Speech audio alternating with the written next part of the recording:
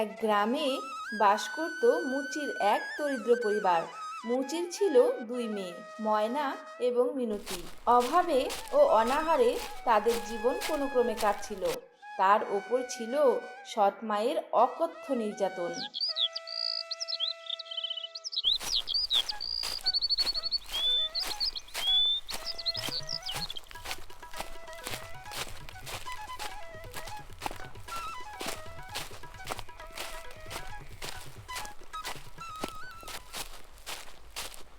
ময়না মা, তোরা দুই বোন গেলি কোথায়? এইদিকে একটু আয় তো দেখি মা। হ্যাঁ বাবা, বলো। এই তো আমি, ডাকলে কেন? তা তুই একাই এলি? ময়না কোথায় রে মা? বোন তো বাইরে খেলছে বাবা। কি হয়েছে? আর তোর মা? মা মা তো ঘরেই আছে বাবা। তোদের দুই বোনকে নিয়েই আমার খুব ভয় হয় রে। আমাদের নিয়ে তোমার আবার কিসের এত ভয়? আমরা তো বেশ আছি। ওই তো তোদের মা এসেছে। তা সাত সকালেই বাড়ি মুখো হলে যে? এভাবে কাজ করলে সংসারটা কিভাবে চলবে শুনি? সকাল থেকে এপাড়া ওপাড়া ঘুরে বেড়ালাম। জুতো সেলাই করবে গো, জুতো সেলাই। কারোর কোনো সাড়া নেই। এভাবে চলবে না রে মা। তাই ভাবলাম দুর্গায় গিয়ে দেখি, যদি কেউ জুতো সেলাই করে। তা গিন্নি, আজকে মনে হয় আমার আর ফেরা হবে না, বুঝলে? মেয়ে দুটোকে দেখে রেখো। আকাশের অবস্থাও তো খুব একটা ভালো না। এত বড় মেয়েকে আবার দেখার কি আছে? আমাকে কি দেখে তার কোনো ঠিক নেই। আমি যাই রে মা, আমার আবার দেরি হয়ে যাচ্ছে। বোনকে একটু দেখে রাখিস। হ্যাঁ বাবা, সাবধানে যাও। দুগ্গা দুগ্গা।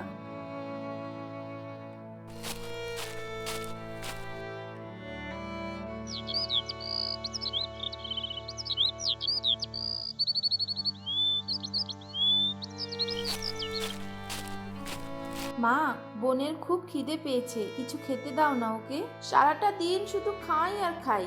দেখো দেখো, মনে হচ্ছে যেন 1 বছর ধরে না খেয়ে রয়েছে। তা সারাদিনে কত টাকার কাজ করলি শুনি? এত খাওয়া কোথা থেকে আসবে? আমি জল খেয়ে পেট ভরে নেব। বোনকে কিছু খেতে দাও। হ্যাঁ দিচ্ছি, রান্নাঘরে গিয়ে বস, আমি আসছি।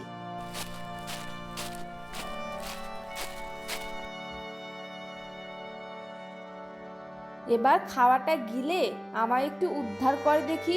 আর এই যে মহারানী, কাল সকালে বেলা পর্যন্ত আবার শুয়ে থেকো না যেন।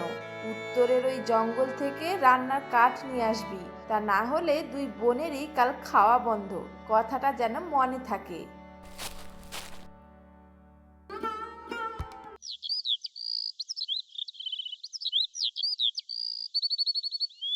ময়না, এই ময়না, ওঠ, জঙ্গলে যেতে হবে তো। চল, তাড়াতাড়ি না গেলে ফিরতে সন্ধ্যা হয়ে যাবে। অনেকটা পথ যেতে হবে তো।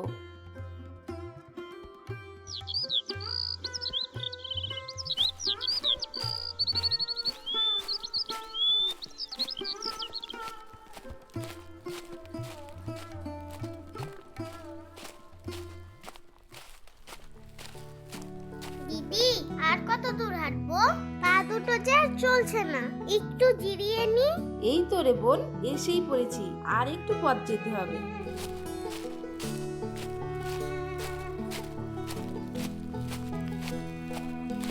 দিদি, আমার খুব ভয় করছে। বাঘ ভাল্লুক যদি আমাদের খেয়ে নেয়। ভয় কিসের রে পাগলি? আমি আছি না। আমি থাকতে তোর ভয় কিসের?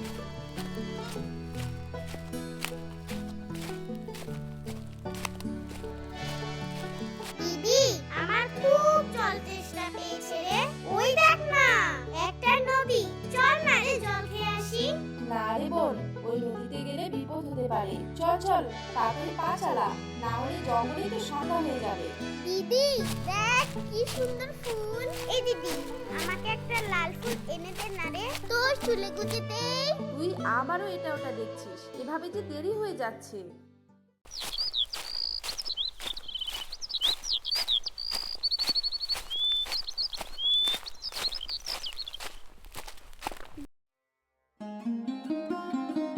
দিদি, আমি আর পারছি না, গলা শুকিয়ে কাঠ হয়ে গেল। আমায় একটু জল খেতে দে, আর খুব খিদেও পেয়েছে রে। ইস, তোকে নিয়ে যে আমি কি করি না। এখন জল কোথায় পাই বলতো? এই যা, মনে হচ্ছে খুব ঝড় উঠবে রে। এখন কি করব? কোথায় যাব আমরা? এই দিদি, ঝড়ে আবার আমাদের উড়িয়ে নিয়ে যাবে না তো? তুই এত বাজে বকিস না। এই যা, বৃষ্টি দেখছি শুরুই হয়ে গেল। এখন কি করি? ওই তো দিদি, দেখ দেখ, ওই তো একটা গাছের কোঠর।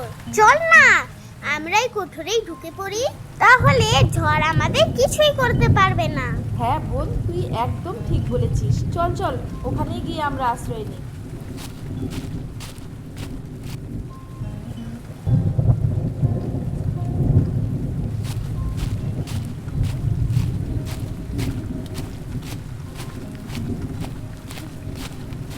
এই অসময়ে বৃষ্টি কোথা থেকে আসলো? এখন আমি পরীর রাজ্যে কি করে ফিরে যাব? রানীমা তো বলে দিয়েছে রাতের মধ্যেই রাজ্যে ফিরে আসতে। এই বৃষ্টিতে আমার ডানাগুলো যদি ভিজে যায় তাহলে তো আমি উঠতেই পারবো না। আর হেঁটে হেঁটে পরীর রাজ্যে পৌঁছানো তো কোনো মতেই সম্ভব নয়। কি যে করি, কেন যে আসতে গেলাম আমি এই পৃথিবীতে? এখন কি হবে? কোথাও আশেপাশে তো কুটিরও দেখতে পাচ্ছি না যে এই বৃষ্টির মধ্যে গিয়ে আশ্রয় নিব।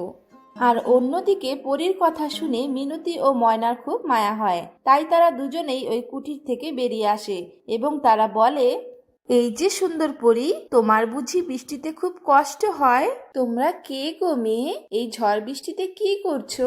আমি মিনতি, আর ও আমার বোন ময়না। বাহ, খুব সুন্দর নাম তো তোমাদের। সুন্দর পরী, তুমি আর দেরি করো না।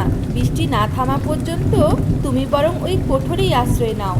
কিন্তু তোমরাও তো ভিজে যাবে গো বন্ধু। ও আমাদের অভ্যাস আছে, একটু বৃষ্টিতে ভিজলে আমাদের কিছুই হবে না গো। যাও যাও, আর দেরি করো না। এরপর ওই সুন্দর পরী গাছের কোঠরের ভিতর ঢুকে পড়ে, আর অন্যদিকে ময়না ও মিনতি বৃষ্টির মধ্যেই ভিজতে থাকে। আর এভাবেই কিছুক্ষণ পরে বৃষ্টি থেমে যায়। তোমরা খুব ভালো গো বন্ধু, দেখবে তোমাদের খুব ভালো হবে। আর ভালো? এ জন্মে আমাদের আর ভালো হচ্ছে না। কেন মিষ্টি বন্ধু, তোমরা এই কথা বলছো কেন? আমাদের ঘরে সৎ মা আমাদের খুব জ্বালায়, ঠিক মতো খেতেও দেয় না জানো। ও, এই কথা। আজ থেকে মনে করো তোমাদের সব দুঃখ কষ্ট শেষ। এই নাও বন্ধু জাদুকাঠি। তোমরা যখনই এই জাদুকাঠি ঘুরিয়ে যা চাইবে তাই পাবে। যখনই তোমাদের খিদে পাবে এই কাঠি ঘুরিয়ে খাবার চেয়ে নেবে। তুমি সত্যি বলছো সুন্দর পরী? হ্যাঁ বন্ধু, সত্যি সত্যি সত্যি। আর হ্যাঁ, প্রত্যেক পূর্ণিমা তিথিতে আমরা পরীর রাজ্য থেকে পৃথিবীতে ঘুরতে আসি। তোমরা চাইলে ওই দিন আমার সঙ্গে দেখাও করতে পারো। বাহ, তাই বুঝি? তুমি খুব ভালো গো, ধন্যবাদ সুন্দর পরী। তাহলে আমি আসি। বিদায় বন্ধু, খুব ভালো থেকো।